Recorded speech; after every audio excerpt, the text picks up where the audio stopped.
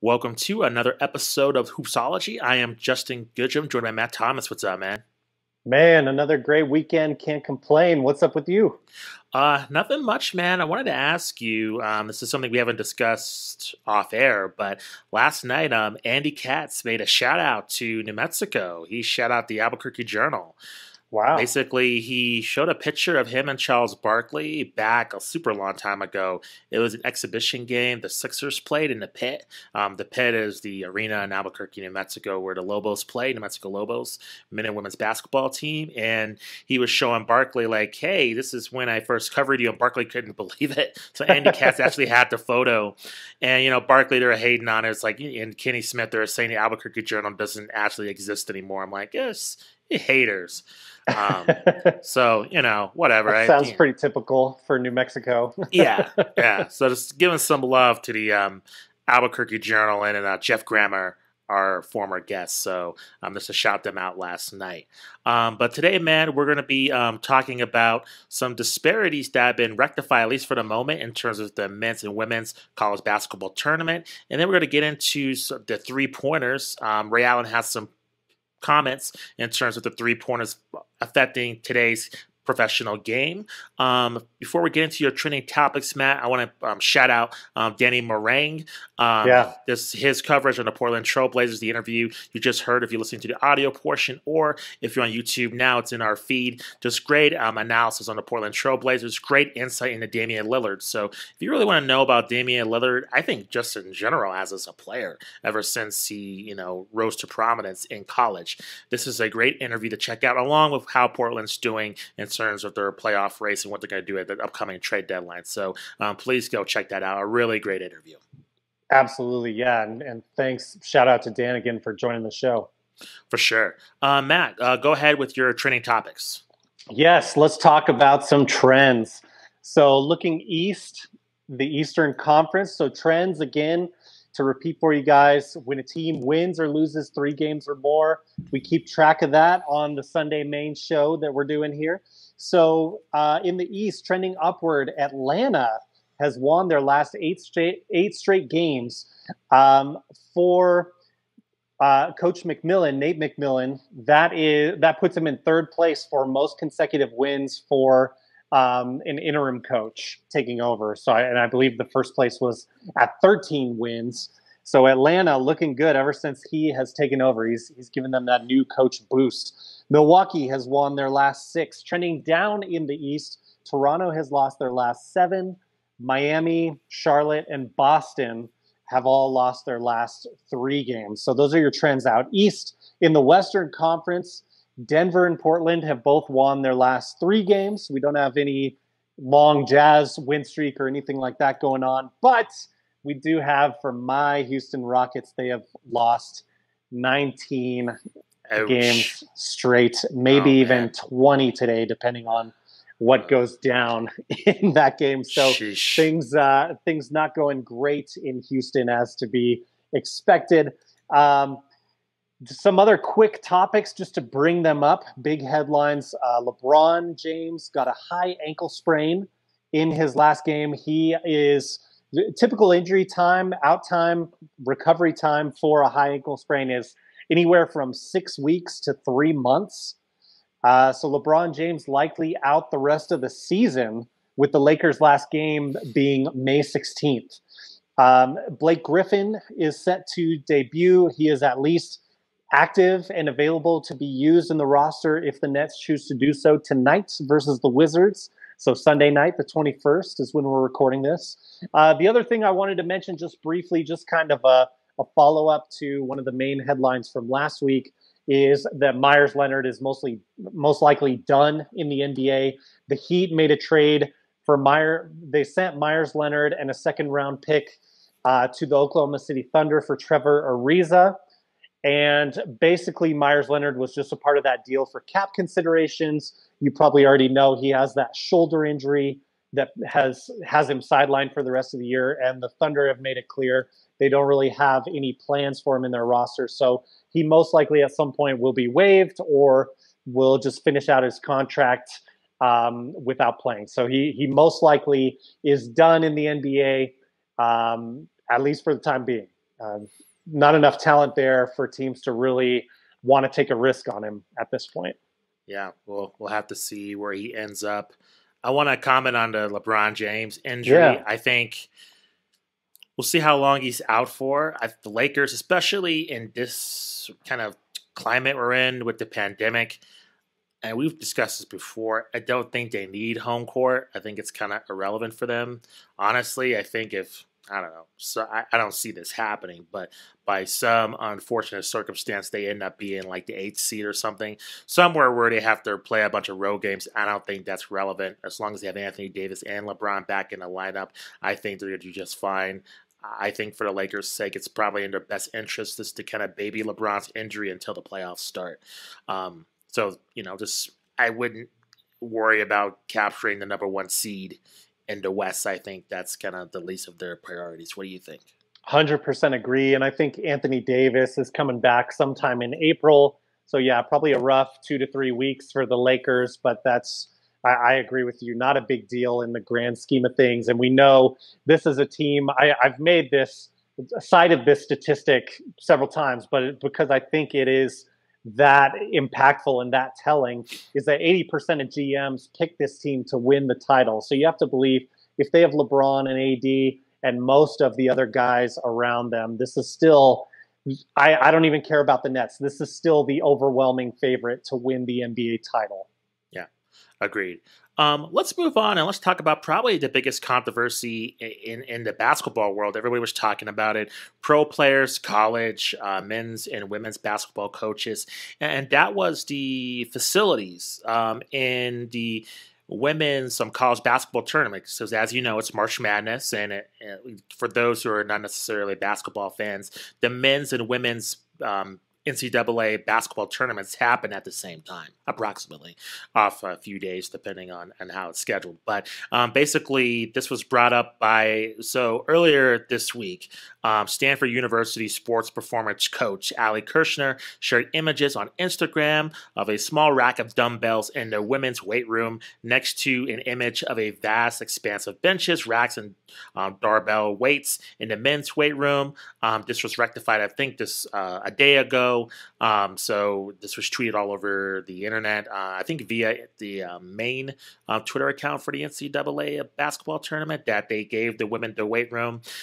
This was a huge, national story. It made all the national news. And this highlighted the disparities between just women's basketball. And even though there have been, luminaries like Pat Summitt, Gio Auriemma, huge kind of steps towards improving the women's game in terms of notoriety, still, I think, just by the NCAA, it's still a long way to go. When you first heard about this situation, Matt, what spurred in you? Do you think this is blown out of proportion, or do you think this highlights this disparity specifically between men's and women's college basketball? Well, I think even comparison aside, let's just look at it as a singular gym for the women's team. I don't think anyone would argue that gym condition should be better for those women.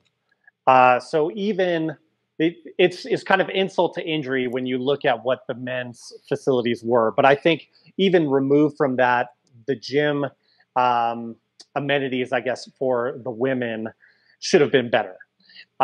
So first and foremost, I would say that. I know a lot of people have said these setups are an accurate depiction of earnings for the NCAA. So the men's teams, so basically men's football and men's basketball, earns the most amount of money in college sports, period.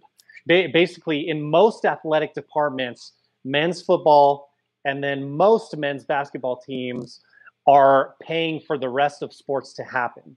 So there is this sense, I think, inside of maybe college sports culture that, there is a certain amount of gratefulness that you guys are earning this money to pay for the rest of the sports that happen. But again, a separate issue removed from earnings is that I still think that gym setup for the women should have been better. So that's my main takeaway there. I think we've seen so many fumbles by the NCAA over the years, and it seems to me anyway that the NCAA has tanked over and over again, especially in basketball. Part of that is like the one and done thing, I think, has made fans a little less interested, a little less loyal. So Justin, we talked about this briefly yesterday. I'll just mention it real quick, get it out of the way, and then I want your take on this, of course.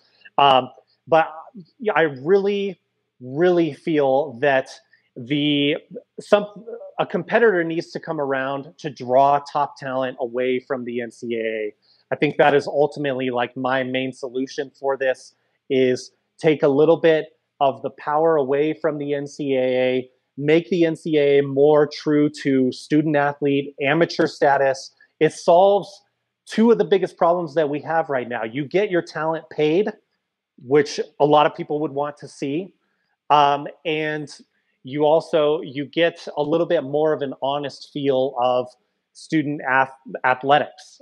Students that not only cross country team is going to school, but all these athletes. Because let's be honest, that one and done situation in men's basketball, particularly, can be kind of a joke. And I've seen examples in my own personal life in classes I have attended. But that's the way the system is right now. And I'm certainly not putting the blame on those athletes. They're not the ones in charge. So anyway, I'm sorry to go off on a tangent there, Justin, but please weigh in with your thoughts about the gym and otherwise.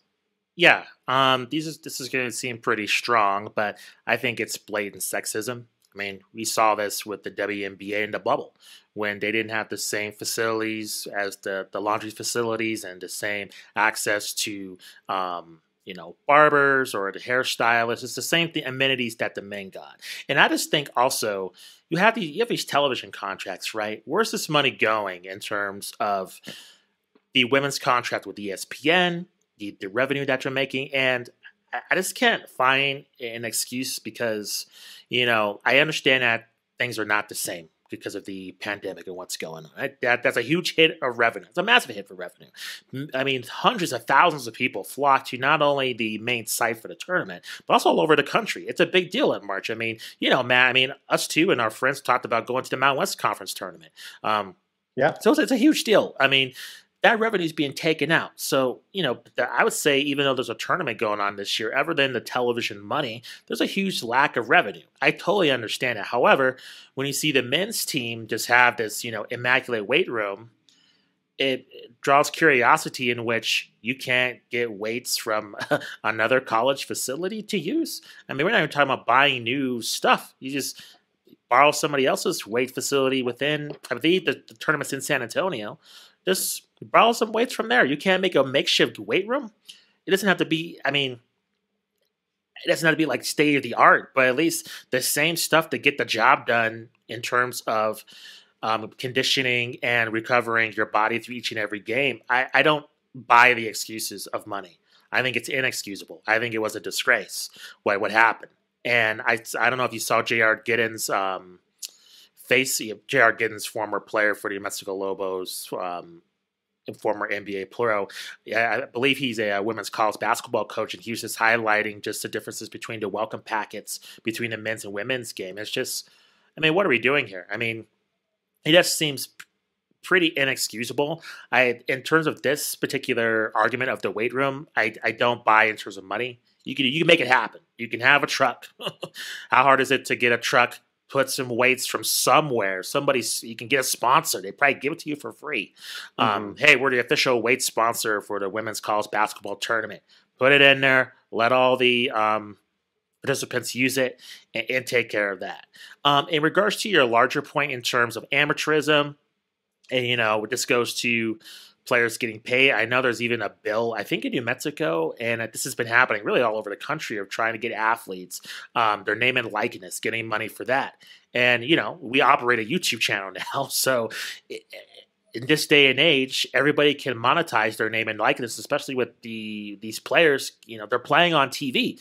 They have a name and likeness, so people want to follow them because of their athletic achievement. And under the current NCAA rules, they are not able to make money off of that, and that's a massive problem. So I think the NCAA really, first of all, this is just a massive screw up on their end. It's ridiculous. Yeah. It's quite disgraceful. There's no excuse at all. I think to your larger point, it goes to what happens to the evolving nature of technology in sports. Because now, I know I'm kind of moving off subject, but you have a lot of colleges participating in esports, and a lot of those participants make money off of YouTube. They have an incoming revenue source. And so now they want to educate themselves of going to college. That's taken away. Not to mention, let's just talk about, basketball players. Now look at Paige Buckers. I mean, she had a huge Instagram following. She had at least a couple, I think 200 or 300,000 followers on Instagram before she even got into playing for UConn. I mean, and she should be able to monetize that because of her skills. She deserves that. That's her hard work. She deserves some kind of whatever. If she wants an endorsement deal or anything on her Instagram, she deserves that. If she wants to also get an education too. There's nothing wrong with that compared to, you see gymnasts. You see them at a younger age get endorsement deals at a young age when they win the gold medal. I don't understand why with NCAA, why there's a huge difference. The rules have to be changed. I understand what you're saying, Matt. I think for the NBA particularly, or just I think women and men's basketball players looking to play professionally, I think the G League, I think internationally, I think separate leagues away from just these colleges are going to make a lot of sense. And honestly, quite honest, maybe just doing both. I mean, a situation in which they go to college and then you play in these, I guess, summer league. You play 2 months in maybe like a professional summer league and you go back to college. I mean, we've seen it, look at soccer. How many teams soccer players play for? They play simultaneously the same team in the same season.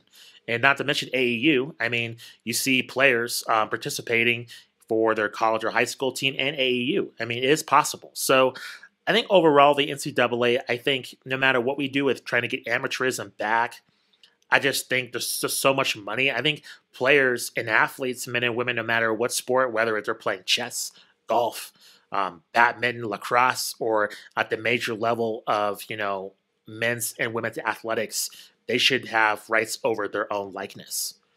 I think that's pretty simple. I don't think that's a too of a hard command to make. But I just see with the NCAA, they want to hide under amateurism and purity. It's a crock. They want a piece of the money pie.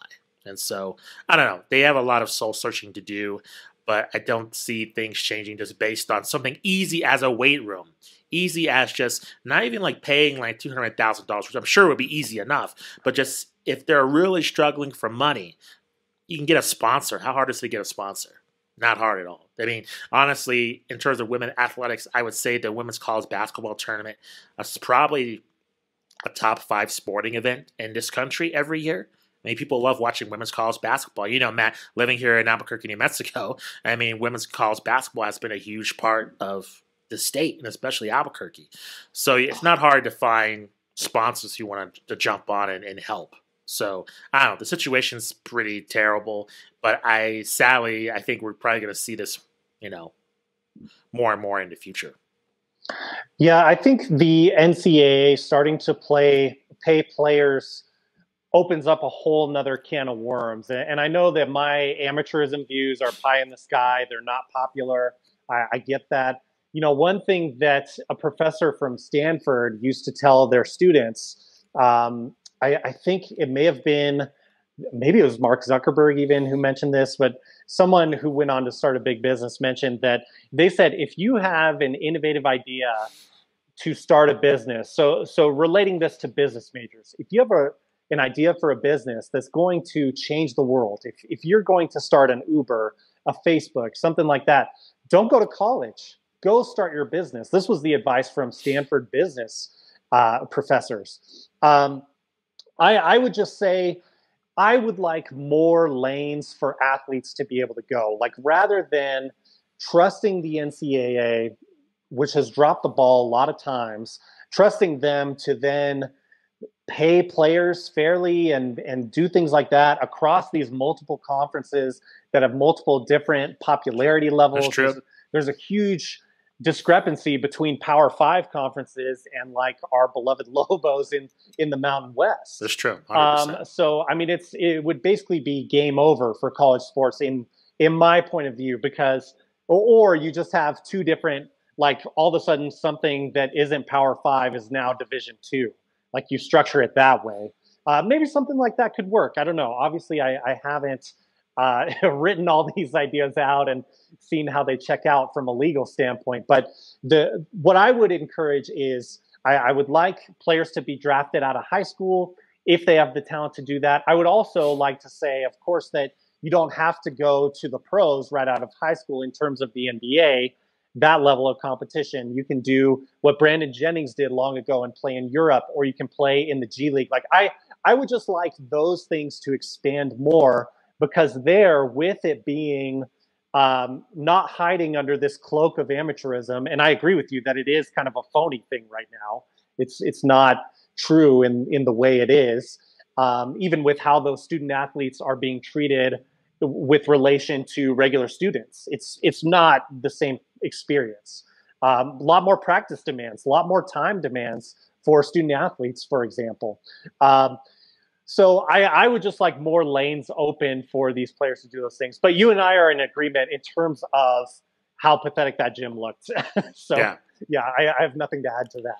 We could spend the entire time talking about this. I will Sure. just say that with college athletics overall, transparency would be very nice to see in terms of how much of that money, in terms of the Mountain West getting a kickback when one of those teams make it into the BCS, to teams making it into the NCAA tournament. Where is that money going? How that's being distributed? Is it going to athletics? Where is it going? Is it going to build another facility, or is it going to go to these players? I mean, look at these monster facilities that we're seeing. I mean, I watched it on YouTube. I don't know if you checked it out, but there's this I forgot what it's called, but they profile different locker rooms all over the country. They're amazing. I mean, Yeah, it's ridiculous. yeah, they're insane. So sure, the players have these facilities to go to, but a lot of these players, they're struggling where their meal's going to come from. They have a full ride scholarship. They only have 3 meal whatever tickets or credits to use each day. I mean, they earned that full ride scholarship. They shouldn't be struggling to get something to eat or to have their books. They should be comfortable. I mean, they earned that. That's why they're on a full ride scholarship. So there's certain things like that where they have to struggle to meet ends meet is a joke. And so, to me, if we're not going to pay players, I get it, Matt. It is you're opening Pandora's box. I 100% agree with you in terms of different sports. However, I just think in terms of how athletes are treated, that needs to be reevaluated overall in terms of being on scholarship. Like there should be no issues in terms of your dorm to food to clothing to books. I mean, that's what you're on a scholarship for. And it really opened my eyes just talking to some college players while I was in college. Just the struggles that they went through. It's just ridiculous. And I'm sure there's perks, but you know it's just difficult for players to not take those handouts by boosters when they're struggling, when they can't get something to eat. Like, they want $20 or something, and it's just all these rules. Like, I just think there's a multitude of problems in terms of how the NCAA regulates its players. It's quite shameful, and I think this weight room issue, highlights just one of the many problems that's going on with college athletics, and I have little hope it's going to be rectified. But I think if we're not going to pay the athletes, I understand that. I just think that one, players should be able to make any unlimited funds off their name and likeness, period. Two, if you're on scholarship for any type of athletic or competition, depending on how it goes with esports and other stuff, because that's another thing. I don't believe esports is a sport, but nevertheless, it falls under athletics. I do think they need to be treated the same way and given the same access to books and to, again, food and just be comfortable. They earn it as a scholarship. They shouldn't be calling their parents asking for money, just to, for normal stuff that, when we were college students, I mean, I know I wasn't on scholarship and, I, had to get loans, stuff like that because I wasn't on scholarship. So, but if you earn that, you have to get the privileges with that. And it's just shocking that you hear a lot of athletes who are on scholarship and even playing for like major colleges, they're not getting those perks. It sucks. It sucks for them.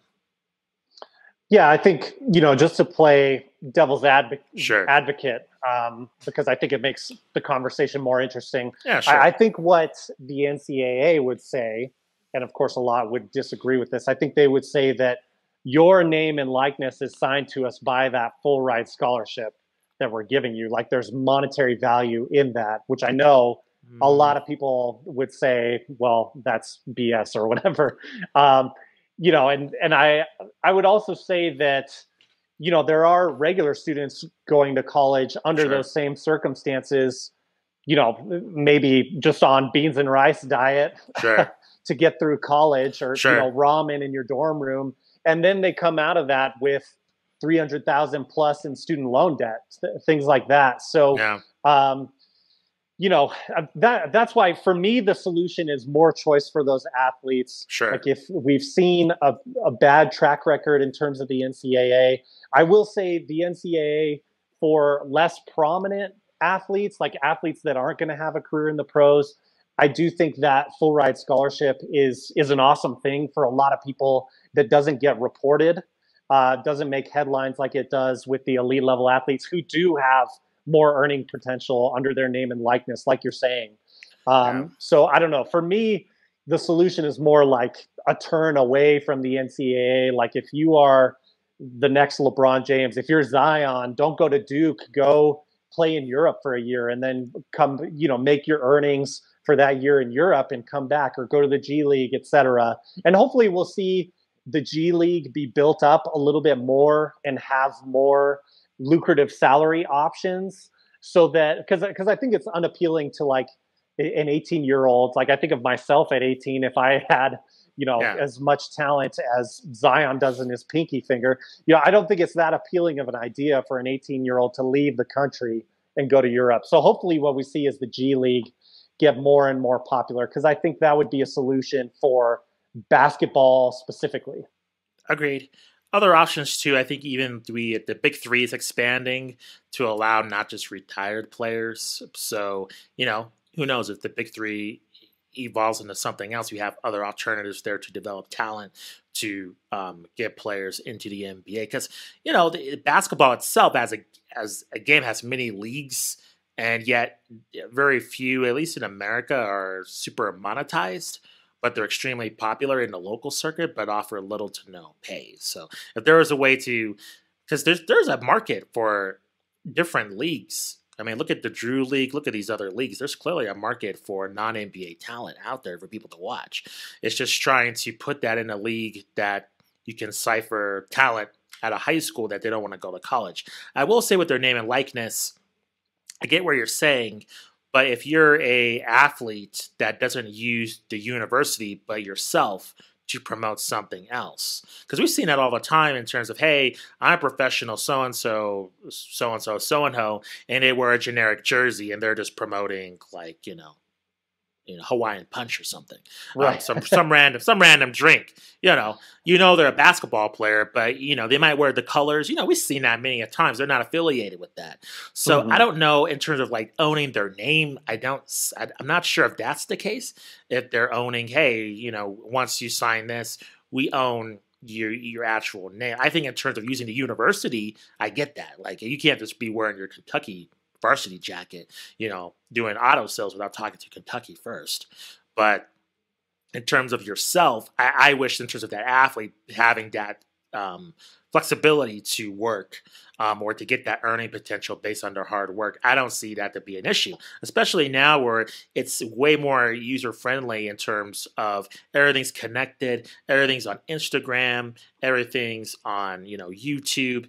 I mean, I think there's a way to. I think both ways can be correct. I totally agree with you, man. I'm down with other pipelines, but also, if you want to get an education too, I think you should have a right to get extra earning potential. I mean, I was able to go to school and have a job. Do both. Right. So I think with them, in I think they deserve that potential, especially because they have the extra burden of not only getting their education but also going to classes too.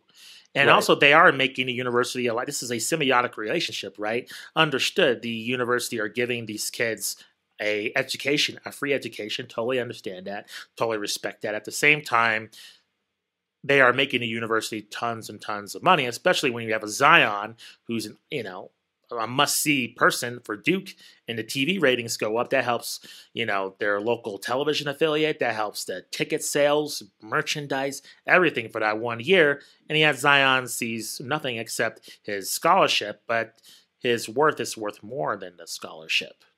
So Yeah. that's where you run into issues in terms of the individual person. So there's a myriad of issues. We could talk about this all day. But anyways, I just think, the NCAA, they really need to get it in gear. But I have little hope, to be honest. I mean, they have a myriad of problems, and this is just one of them. Yep, absolutely. And I think it all stems from the NCAA was not meant to be this bloated and this financially successful when it was set That's up. true. Yeah. And so there are issues there that need to be remedied. You mentioned the lawsuit that's in place and ongoing. Seems like variations of that lawsuit have been in place for a long time. I mean, think of like Maurice Claret That's true. from a long, long time ago. And he just wanted to be able to go to the pros a little bit earlier. Yeah, it's true. So, yeah, I mean, like you said, we could talk about this all day. But there's definitely, I think options for change. But it seems like the one common thread I'll say is it seems like everyone's unhappy, which makes me think that it's going to change one way or the other. Yeah. Well, we'll just have to see how it plays out. And also, whenever the WNBA season launches, we'll see if the same kind of rule set for the NBA applies to the WNBA. And maybe this conversation will come up again, but on a professional level. We'll have to wait and see. Let's move on to our next topic, and that is the subject of three-pointers. Now, Matt, correct me if I'm wrong, watching basketball when we were younger, probably the most prominent part of basketball was, I would say, having a big man and maybe having a strong guard, I would say. And three-pointers, I don't necessarily remember them being they're a luxury shot. You had three-point specialists. So like Jordan was able to hit threes, but he wouldn't take too many of them. Now the game has changed dramatically. And Ray Allen, retired, was on with Mike Greenberg, his show ESPN Greeny. And Greenberg asked him about the three-point shot. And before going into this quote, Greeny asked him, how many shots, three-pointers would you take per game? He said 5 to 6. And now you're seeing guys take the 8 or 9 or 10 of them. And this is what he had to say about the three-point shot. Quote, I think the game is still extremely entertaining. There is a lack of appeal to it right now, watching it because there are so many different dynamics to the game that are being lost. The mid-range games being lost. You look at Toronto a couple of years ago when they won the championship. They had some great three-point shooters, but you saw them pump fake and get into the paint and shoot the mid-range shot. Nowadays, guys pump fake and step sideways on the three-point line. What I tell my boys, I'm coaching the AAU team currently, I tell them, I want you guys to pay attention to what goes on in college, play hard, learn from the NBA the do's and don'ts, but don't settle for threes. So this is interesting because, Ray Allen's considered one of the greatest three-point shooters of all time. Kind of ironic. Yeah, but at the same time, the way three-pointers are going, I mean, in the next 20 years, I hate to say this, but how important is Ray Allen really going to be? And, in the next 20 years, if the three-point shot is being evolving like this, because we're not only seeing the number of threes changing, but also the way the floor is being spaced, because you have players like Trae Young, Steph Curry, Damian Lillard. I don't think they're outliers. I certainly think that that level of shot is difficult. Not everybody can hit it, but at the same time, you're seeing a lot more players that can hit it. I mean, I think Steph Curry is the greatest shooter who ever lived. At the same time, he's not the only one that can hit shots from half court. Mm-hmm. So, what do you think of Ray Allen's comments? And do you think he has one? Do you think he has a point regarding this? And two, this is going to be. I just thought about this now. If you don't mind me asking about, you know, if your kids get into basketball and they want to take, you know, threes, what are your thoughts on that? Because they're going to be emulating, I'm sure, if they get into basketball, the NBA, probably not college. What do you think about that? Do you see that being like an issue for them for not knowing fundamentals? I mean, you're close to the game. I mean, this is, I think, for parents that have, you know, kids playing basketball on different levels. What are your thoughts on just, you know, kids just jacking up threes all the time? Do you think that's a negative or positive? Yeah, it's kind of the old stereotype now, right? Is that kids watch Steph Curry Sure. and now they don't want to practice free throws Yeah. or anything like that. They don't want to practice your fundamentals. They want to go out from beyond the arc right away, which is funny to see little kids do that because you get this like, you know, this heave from their shoulder. It's not true like shooting mechanics. Like Sure. Curry and Damian Lillard, the primary example in that All-Star game. I mean, when Yeah. they are shooting shots from the logo, those logo shots, the one that Damian Lillard ended the game with, that's still proper shooting mechanics. So Correct. it's not some new kind of warped form that these guys are using. Um, Look, I think you should practice what you have the strength to practice in terms of being a kid. So that's probably initially, um, you know, my son is well under 10 years old, and I don't think he could shoot a free throw right now. So it's more just about like we've got a mini ball when we go to the park every now and then. It's more just like get the ball up and around the hoop area, however you can do it. Let's just make this fun and enjoyable. We're not working on mechanics yet, Sure. that's for sure. But Yeah. um, you know, I do think with Ray Allen's point, I didn't find his comments all that shocking. I think the source is more shocking than the actual comments because it wasn't even like he was saying, "Oh, bigs are terrible these days," or No. any of these like, you know, old retired player comments that we've had a few topics on this show about, like things Shaq has said and Barkley has said in the past, stuff like that. It didn't even come across like a "get off my lawn" kind of comment. I think his comment was more just there should still be a place in the game for a mid-range shot. And I think with spacing on the court the way it is right now, like if you're in a situation where you're down by two or down by one and it's towards the end of the game, yeah, you should have someone on your team who can knock down a mid-range jumper. And there are guys who can definitely do that. I mean, like LeBron James is great in the mid-range. He just doesn't operate there most often because it's not as efficient as, you know, Daryl Morey, Houston Rockets style basketball of shooting threes or doing layups or getting to the free throw line by trying to do those layups. So I think it's a phase of the game right now. There was a game. Oh, I know the Nuggets were involved, but the game ended on a 3-1. Maybe you can help me out if you remember it. But they passed up an open layup to pass the ball out to one of the wings I think I saw that. Yeah. for a 3-pointer. Missed it, lost the game. They could have taken the layup to tie the game, I believe. Uh, so that's just not smart basketball. No, it's And stupid. there are examples where the 3-point shot does seem egregious, like Ray Allen's example, where pump fake, sidestep to get that 3-point shot. I mean, my coach, you know, when you and I were in middle school together, Justin, my coach would have benched me for like not going towards the basket Yeah. in a play like that. So I think you see examples of that from time to time. But I also think you're seeing guys that can do things that we've never seen possible. You alluded to the skill that the players have now with the 3-point shot. I mean, again, alluding back to that All-Star game, it taking logo shots does not feel ridiculous when it's coming from Steph Curry or Damian Lillard. Not everyone should be doing that. Sure, it would look horrible if some like LeBron in one of his games, or maybe that was the All-Star game as well. He airballed in front of the rim, shooting from the logo. So, there's less accuracy back there for sure, but there are guys that can hit it with relative ease. So I would say I totally feel you on those comments. I agree with you. And also, I think for younger players to take a note, you got to keep in mind the hard work too.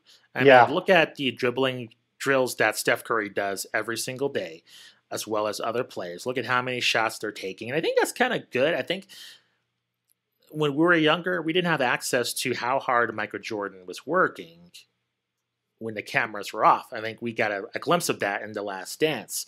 But now, with Twitter, if you're looking up the Steph Curry, you're seeing him, take 100 threes and not missing, right? So that if you're a fan of his, it's going to encourage you. You're practicing. Even if you hit only 10 of them, you're still practicing. You're still improving your game. As opposed to, in the 90s, if Steph Curry was around, I think you'd just be more of, he has God-given ability. And we wouldn't have, you would hear stories maybe, like newspaper articles of how hard he worked, but just seeing it's different. I think seeing is believing. And I think as long as younger players are noting the work that they're putting in to hit those tough shots, then I'm open for it. I really am. I think it makes the game a lot more entertaining. I think what's going to be interesting to see is the number of three-pointers, if they just stay like this as a common part of the game, or does it evolve back into more of a big man type of situation just through the natural evolution of things? And I'm not exactly sure, just because we're just seeing elite athletes at just a height that are able to do tons of things. I mean, Kevin Durant, everybody says he's 7 feet tall, but yeah, he doesn't play nowhere near like a center, right? Right. So, like Jalen Rose says, positionless basketball. So you're seeing guys basically being able to play pretty much all 5 positions on the court nowadays. So I think the game of basketball as we know it, as like, hey, traditional power forward, traditional center, you're kind of specialist that, maybe like a defensive specialist or something. I think that's kind of over. You're going to have to be like a jack of all trades. And I think the 3-point shot plays a role in that, just seeing how many players are, being able to take it. I mean, a player like Giannis taking 3-point shots and Embiid would be insane. I mean, look at Shaq. I mean, you only take threes during the All-Star game, or just make headlines. Hey, Shaq took a 3 in the All-Star game, or Shaq took a 3 in the regular season game just randomly. So I think we've seen that with Dwight Howard. I think when he in his prime in Orlando, I think he hit a 3 or something, and it was just a big freak accident. But now we're seeing big men take threes on a regular basis. So the game has evolved. Yeah. So I think for Ray Allen, I totally get what he's saying. I totally get what he's saying with the mid-range game. Agreed. I think that's something that is underrated. I think that's an effective shot in basketball that's not utilized all the time. At the same time, there's the rate of athletes in terms of, again, that we discussed with Kelly Oubre Sr. That interview's coming up later this week. The days of just, hey, you play in high school is over. You get a summer break. I mean, all these athletes that are highly ranked, they are playing 365 24/7. So the evolution of the game is happening at such a quicker rate. So I think what you and myself think as traditional basketball, I think it's going to look fairly different 20 years from now, just due to just the dedication, the nutrition, just the evolution of things. And things evolve. And I just think for Ray Allen, I think he's going to be quite shocked to see what the game is, years from now, when his, players that he coached are in the NBA. I think he's going to be quite shocked probably. Yeah, agreed 100%. And I think I wish the narrative more was appreciation of the amount of skill that this is taking. Sure. When you see guys, it's not always executed well. But when you see guys like Steph Curry and Damian Lillard, like Dan was saying in our interview earlier, appreciate this while you're watching it, because it is amazing. It's stuff we have not seen before. I mean, we should appreciate LeBron James for what he has been able to do this year.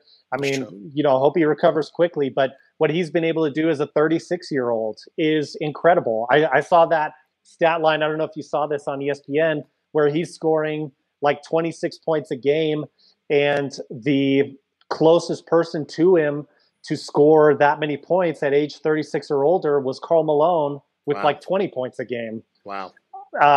And then the other two they mentioned were in the teens, like 18 and 15. So we're seeing things that have never happened before. We are seeing, in many ways, I think, human evolution. The other thing that's nice about the three-point shot being relevant and important and doable with a lot of practice and, of course, sound mechanics, because it is a high degree of difficulty. Let's not get it twisted. But more people can relate to the game that way too. Now, people aren't going to put in the work to be able to shoot like Steph Curry with that consistent of mechanics. But, you know, I'm the same height as Steph Curry. No, I don't have any of the talent that he has. But that does make it kind of interesting as a viewer, that I think, like, man, look at what this guy is doing. I mean, he's the same height as me. I can relate to him. Whereas, you know, this is another maybe tired narrative, but it's hard to relate when you see, like, oh, there's David Robinson flying into the lane, dominating someone. Like, man, I'll never know what it feels to be, you know, 7 feet, 250 plus pounds of muscle. You know, a lot of people just aren't going to be able to relate to that. So I think it gives a good contrast, because we still have athletic super freaks. I just mentioned one with LeBron James.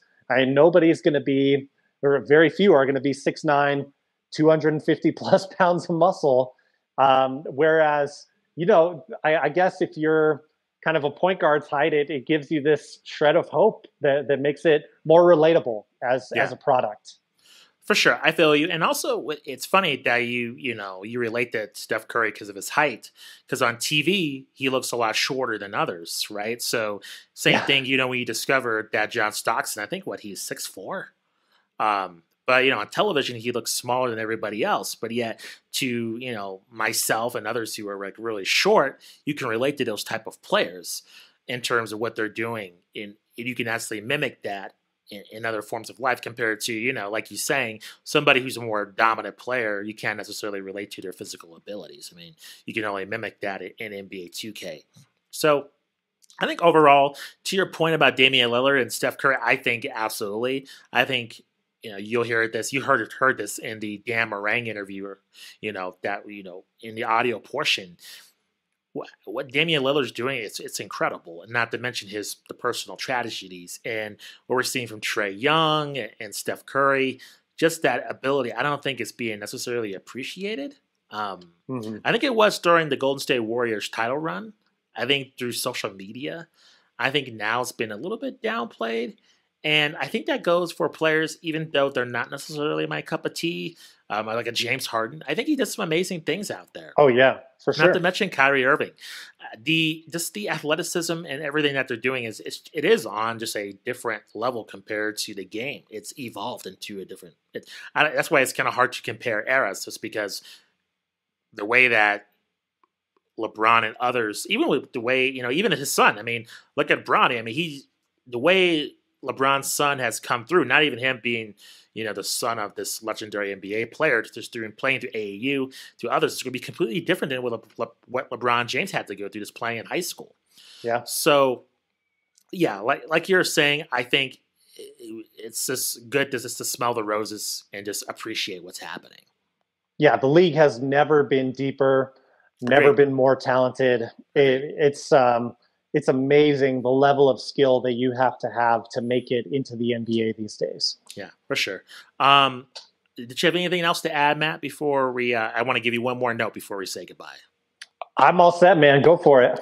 So, unfortunately, I have some bad news. The Houston Rockets have now lost 20 games in a row, losing to the Thunder. I know. Sorry, man.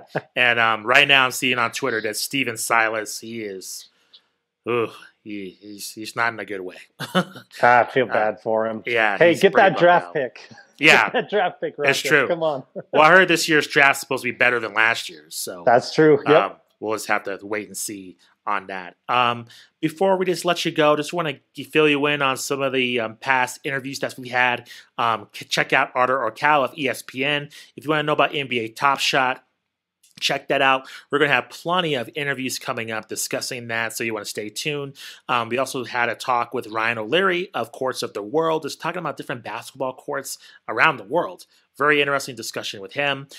We also have an interview with Brian Toparik, talking about the Philadelphia 76ers. I know the trade deadline's coming up, but that still has some relevant information in there. Nick Green, author, and of a great book, How to Watch Basketball Like a Genius. A great chat with him. Again, we have just our total library of interviews. Indiana Pacers sideline reporter Pat Boylan, CEO of Top Flight Elite Basketball Christmas Swain. Your interview with Paul Nepper. My interview with Dane Moore, just plenty of interviews out there, just breaking down just the game of basketball. I mean, I can just go on and on, but check out our YouTube channel that you're putting up, Matt. You're doing an awesome job with that. Check out it's our podcast, and just stay tuned for our Twitter feed, because we're going to have a lot more content coming up. So you want to stay tuned for that, just covering all phases of the game. So for Matt Thomas, I am Justin Goodrich. Please remember to leave a review on iTunes of our podcast, negative, positive. We like all feedback, and we'll see you next time. See you later. Peace.